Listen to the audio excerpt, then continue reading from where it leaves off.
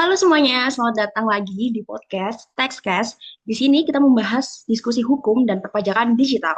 Sebelumnya perkenalkan, saya Galur sebagai host pada podcast di siang hari ini. Dan topik yang akan kita bahas adalah fenomena yang cukup sering terjadi dalam praktik dokumen digital, yaitu ketika sistem e-materai mengalami gangguan atau tidak dapat diakses. Sementara dokumen mengalami gangguan atau harus segera digunakan karena tenggat waktu dari pebisnis itu. Dan di Indonesia sendiri, penggunaan e-materai diatur dalam UU nomor 10 tahun 2020 tentang bea materai.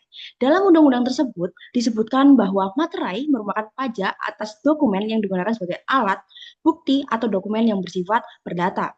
Namun, dalam praktiknya pernah terjadi gangguan sistem. Salah satunya adalah pada tahun 2020 saat pendaftaran CPNS, di mana banyak sekali para pelamar itu kesulitan membeli atau membubuhkan e-materai karena lonjakan akses penggunanya.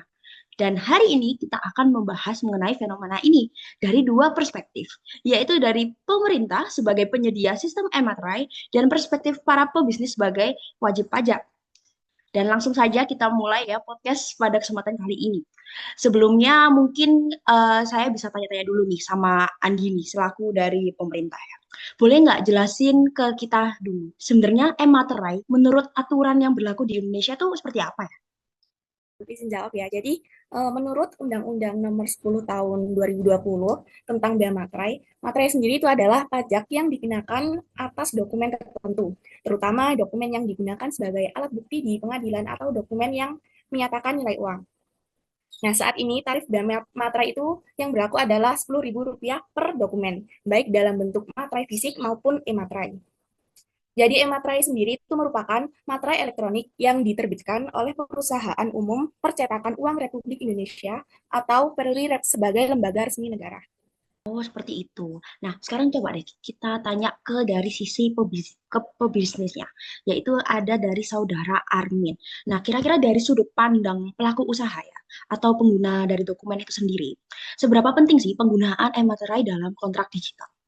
Seberapa penting penggunaan e-materai sekarang? Di zaman sekarang itu e-materai itu menjadi hal yang sangat penting karena saat ini banyak transaksi dilakukan itu secara digital. Nah, seperti kontrak kerjasama, perjanjian bisnis, maupun dokumen transaksi elektronik. Dengan adanya e-materai, dokumen digital tetap dapat memenuhi kewajiban pajak dokumen sebagai diatur dalam Undang-Undang Bea Materai. Nah, selain itu juga, e-materai memiliki kode unik dan sistem verifikasi digital yang dapat membantu memastikan keaslian dokumen tersebut. Wah, menarik banget ini ya, pembahasan dari sisi perspektif pemerintah dan pebisnis dari awalan pendahuluan podcast kita. Dan sekarang kita coba kita senggol dikit masalahnya ya, teman-teman. Masalah mengenai e-materai ini. Coba kita tanya dari sisi pemerintah lagi deh. Dari saudara Tamara, kira-kira apa ya masalah yang biasanya terjadi pada sistem e-materai?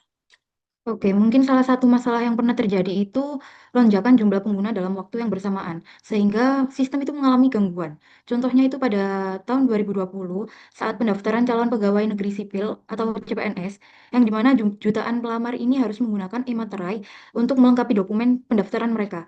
Karena jumlah pelamarnya sangat banyak, itu mengakibatkan banyak pengguna mengalami kesulitan dalam mengakses sistem karena kapasitas servernya itu yang tidak mampu menampung jumlah akses yang cukup besar. Wow, jadi cukup ini ya, masalahnya cukup rumit ya sebenarnya. Sebenarnya dari e-materai sendiri pun tidak ada masalah, tapi memang dari servernya sendiri ya, yang cukup merugikan kita sebagai para pengguna seperti itu. Dan gimana kalau misalkan kita tanya dari perspektif pebisnis ya, tadi kan sempat dari CPNS gitu, dari masyarakat yang memang ingin mendaftarkan dirinya untuk lanjut ke ranah PNS. Coba kalau kita lihat dari sisi pebisnisnya, mungkin dari saudara Dea ya, salah satu perwakilan dari pebisnis, jika ada kondisi seperti itu terjadi dalam dunia bisnis. Kira-kira apa ya dampaknya tuh bagi pelaku usaha dari para pebisnis-pebisnis ini? Baik, izin menjawab ya. Jadi dampaknya itu bisa cukup signifikan dalam praktik bisnis sering terdapat kontrak yang harus segera ditandatangani karena adanya deadline kerjasama atau transaksinya. Jadi kita tuh kayak saling tunggu itu tadi. Jika sistem e-materai sedang tidak dapat diakses, perusahaan bisa mengalami keterlambatan dalam proses administrasi dokumennya. Hal ini bisa menimbulkan kekhawatiran apakah dokumen tersebut tetap dapat digunakan sebagai alat bukti yang sah di kemudian hari. Itu solusinya dari kita. Oh, seperti itu. Kalau gitu, itu kan dari sisi pebisnis ya. Sekarang kan kalau ada masalah pasti tentunya harus ada solusi untuk menyelesaikan masalah itu. Sekarang kita tanya langsung dari pihak pemerintahnya nih, pemerintah yang memang menyediakan layanan tersebut. Kira-kira dari saudara Alia ya, salah Ya, satu perwakilan dari pemerintah, menurut saudara, apa langkah yang dapat dilakukan untuk mencegah adanya gangguan dari sistem e-materai ini? saya izin menjawab. Jadi salah satu langkah yang dapat dilakukan adalah meningkatkan kapasitas infrastruktur server. Nah, sistem materai harus mampu melayani jutaan pengguna secara bersamaan, terutama ketika terjadi lonjakan penggunaan seperti pada pendaftaran CPNS atau proses administrasi digital lainnya. Oh, seperti itu. Berarti memang kalau dari si pemerintah ini memang harus meningkatkan kapasitas servernya ya, infrastrukturnya itu dibenahi lagi, diperbarui lagi seperti itu. Eh, tapi coba deh, saya tanya ke saudari Stefani ya, selaku dari pemerintah ini. Eh, Menurut Anda, apakah ada ya solusi teknologi lain yang mungkin bisa kita terapkan selain eh, memperbaiki dari servernya itu, infrastrukturnya tadi? Oke, baik. Selain peningkatan server tadi, pemerintah juga dapat memanfaatkan teknologi cloud computing. Nah, jadi teknologi ini memungkinkan sistem memiliki kapasitas yang lebih fleksibel dan dapat menyesuaikan jumlah pengguna secara otomatis ketika terjadi peningkatan akses. Seperti itu. Oh baik, berarti kalau dari saudara Stefani, usulannya itu solusinya itu adalah dari cloud computing seperti itu ya. Oke, tadi kan kita sudah membahas dari adanya kemunculan masalah, kemudian solusi. Kemudian sekarang mungkin saya bisa nyenggol dikit nih ke perspektif hukumnya ya. Kita lihat dari sudut pandang hukum. Mungkin dari saudara Suci, kira-kira ya, jika sebuah dokumen itu belum bermaterai karena sistemnya itu sudah mengalami gangguan nih, apakah kontrak tersebut itu terhitung sah secara hukum atau gimana ya? Baik, izin jawab ya.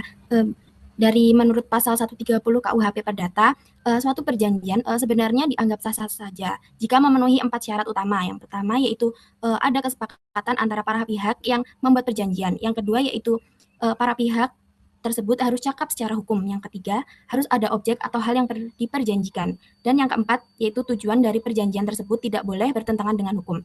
Nah, dari ketentuan ini kita bisa memahami bahwa materai sendiri sebenarnya bukan penentu sah atau tidaknya sebuah kontrak.